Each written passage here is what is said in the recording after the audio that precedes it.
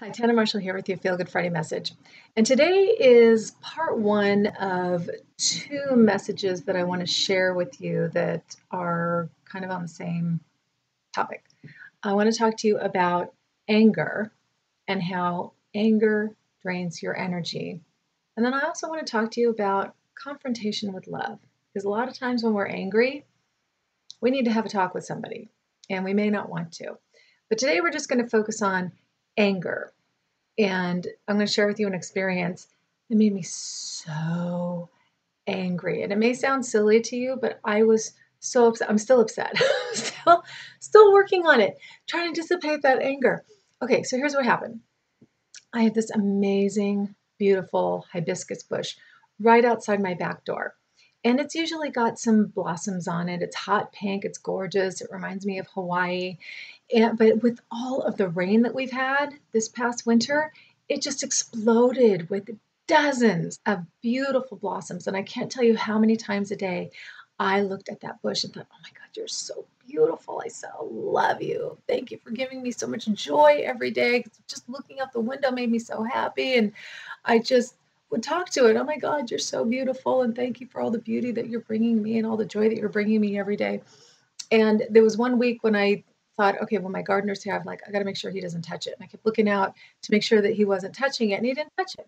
And the following week, I didn't even think to look to see what he was doing. And it wasn't until after he'd left and I was going out to be in my pool and I walked by it, he had cut all of the beautiful blossoms off. Now, he's a nice guy. He's like a mow and blow and go guy. I don't think he has a lot of knowledge about how to really take care of plants and flowers and different species of things correctly. And he'll trim the rose bushes if they're overgrown and dead and all that kind of thing. But this, I I was sick to my stomach. I was so upset. And I just wanted to call him and yell at him and fire him right then and there. I was so mad because I couldn't fathom, like, what were you thinking? Why would you cut off all these beautiful, healthy blossoms that made me so happy? So he's very lucky that I had a week to calm down before he came back. And I knew this was a good learning experience for me too. Like, okay, I've got to control this, and it's already done. I can't do anything to change it. I can't put all the blossoms back on the bush. I just have to trust that they're going to come back. Now I go to it every day and I'm like, I love you. Please bloom again. Please, please, please. And I water it and make sure it's got enough water now without overwatering it. So I had to really think about how to deal with my anger because I was just, and of course I had to tell somebody. So, I told my husband, I talked to my neighbor because we share the same gardener. He takes care of both of our houses on the same day. And so I didn't know how to handle it. And my husband kind of calmed me down, talked me off the ledge like he usually does when I am outraged about something. So what I decided was I'm cutting him back to every other week because really don't need him every week anyway. Most of the stuff in my yard takes care of itself. I like it full and growing, and I don't like things overly trimmed and manicured and all that. I like it very grown in and lots of privacy and lots of green, and that makes me happy. So, and because he's just such a basic guy, I thought he doesn't need to be here every week. So I cut him back to every 2 weeks, and not as a punishment, but just like, okay, I think that would be better. And then there's less that he's going to be doing. And I told him, don't do anything except mow the lawn, clean up the leaves. And we have a hedge in front that obviously needs to be trimmed once in a while to keep it a little cleaner looking because we have lights going up the driveway that are inside the hedge. And if it gets too high, you can't see the light. So that's kind of a no-brainer. So I said, just do those 3 things. Don't touch anything else. And he's very nice about it, very understanding.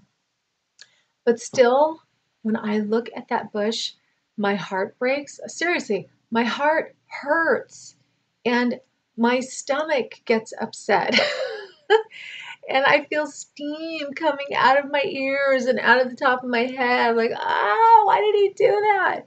So, and like I said, it probably seems simple, if to what other people could be experiencing much bigger tragedies. This isn't even a tragedy. It's just something that upset me.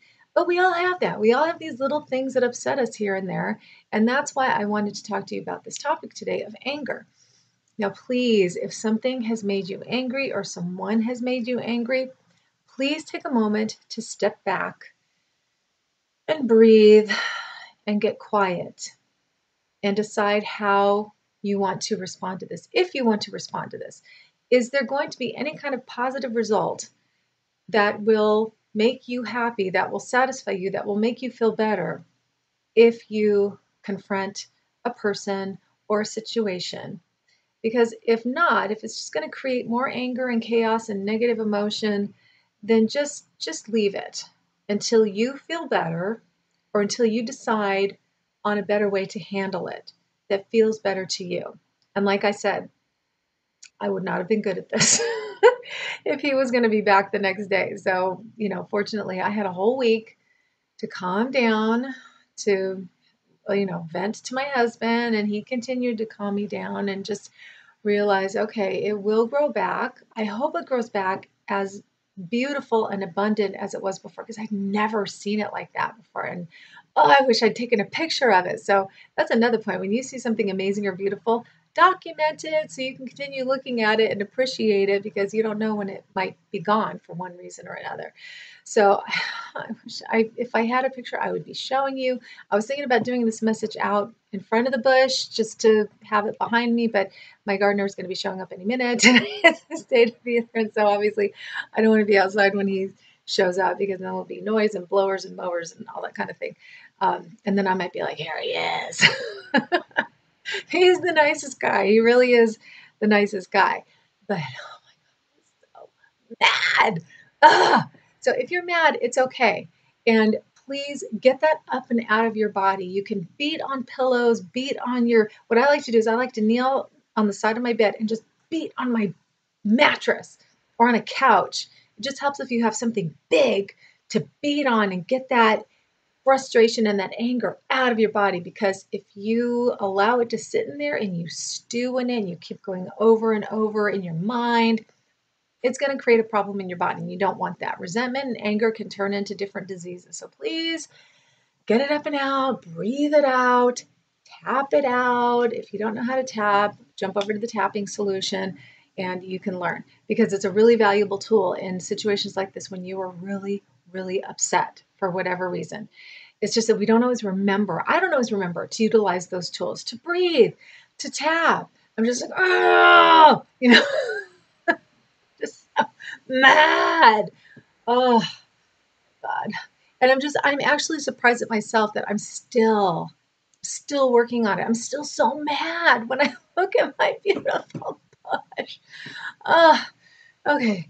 Well, you know what? I'm going to think positively. When it grows back and has beautiful blossoms everywhere, I will do another message out there about gratitude and abundance and having positive, excited expectation and anticipation about good showing up for you. And it's these simple things, right, that can bring us so much joy. I mean, I can't tell you how happy this bush made me. Oh my God, it made me so happy. So now I just talk to it every day and I apologize. I'm like, I'm so sorry. I'm so sorry he did that to you. So I want the bush to know I love it so much and I will never let that happen to it again. And it's safe to bloom. It's safe to grow again and come forth with abundant blossoms. And I'm really looking forward to that. So thank God it kind of blossoms all year. So hopefully I will get some blossoms before it gets super cold. And I'm praying again. I'm not praying, I'm affirming that we will have another abundant rainy winter, that we'll have an abundance of rain for all of the vegetation and plants and trees and flowers and animals and people and the reservoirs and that kind of thing. So it was a symbol of that too, that, we had this abundant winter of rain, and here it's showing up on my bush. So just remember to breathe. If you can catch yourself when you get angry, breathe and stop yourself from reacting, because I think we all have that little trigger mechanism. When someone pisses us off, we want to react immediately. And we want to put that person in their place, and we want to let them know that what they did or said was not okay. But it's not always going to have a positive outcome. It's not always going to make you feel better. Definitely not going to make them feel better. And this is what I'm going to talk about next week a little bit, how to handle confrontation with love and with peace in your heart. So with that, I just want to remind you, when you get angry, please stop and think, before you react, and breathe and tap and just try to calm yourself down and decide if you want to respond to this, how you want to respond to this, if it's even necessary. Is it going to resolve anything? Is it going to help the situation? And if not, just leave it, because it's not worth it. It's not worth you doing that to yourself, because anger can wear you out. And I will tell you, after being so angry about this, I was exhausted. I spent several days completely exhausted in the evenings because I had spent the whole day fuming about this. And every time I looked outside at the bush, which is a lot throughout the day, I just was like, oh. So my mom used to do when she used to get mad at us. She used to talk like this to us. It's kind of, it's like, see, it's all clenched up. So just relax and try to breathe it out, because you don't want to wear yourself out. And that's why it can have a negative effect on your body, because you're holding on to it. And whether you realize it's exhausting you or not, it is exhausting you. And it's taking root in your body, and you don't want it to do that. You know what's funny is things will manifest in your body. Like if you say, I'm so pissed off all the time, you're very likely to get a urinary tract infection. Or you're a pain in the ass. Maybe you might get hemorrhoids. These things that we think and say to ourselves and others all the time have a way of manifesting. So you got to be careful of what you hold on to, what you dwell on, and what you choose to bring into your being and into your thought process continually. So take it from me, it's not worth it. Please let it go. Breathe, tap, release it for your own benefit and for the benefit of everyone around you, regardless of whether they were the cause of this or not. Just please let everybody off the hook until you decide how you want to handle this so that you can feel better. And just feel better before you take any action or say anything. It's a real form of self-care to learn how to handle anger, because it'll benefit you. You don't want any of that stuff stuck in your body. So going over all this again just made me tired. So I'm going to go and forget about it for a while. But I want to thank you for joining me again. And I hope that this helped you if you've had this situation come up, or maybe you're dealing with something like this right now that's making you really angry. So thank you for being here for me. I hope this information helps you a little bit.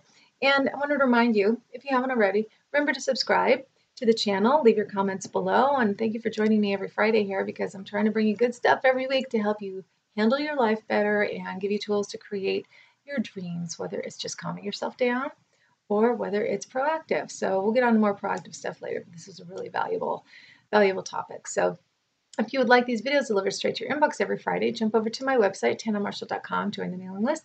There's a little gift for you there, and I will send you a special message every Friday that only goes out to my list with this video, and you'll get it before anyone else. So thank you for joining me. I really appreciate it. Let's all breathe. Let everything go, and just take your time handling all that stuff and decide how you want to handle it, and make sure that it feels good to you. And I'll see you next time.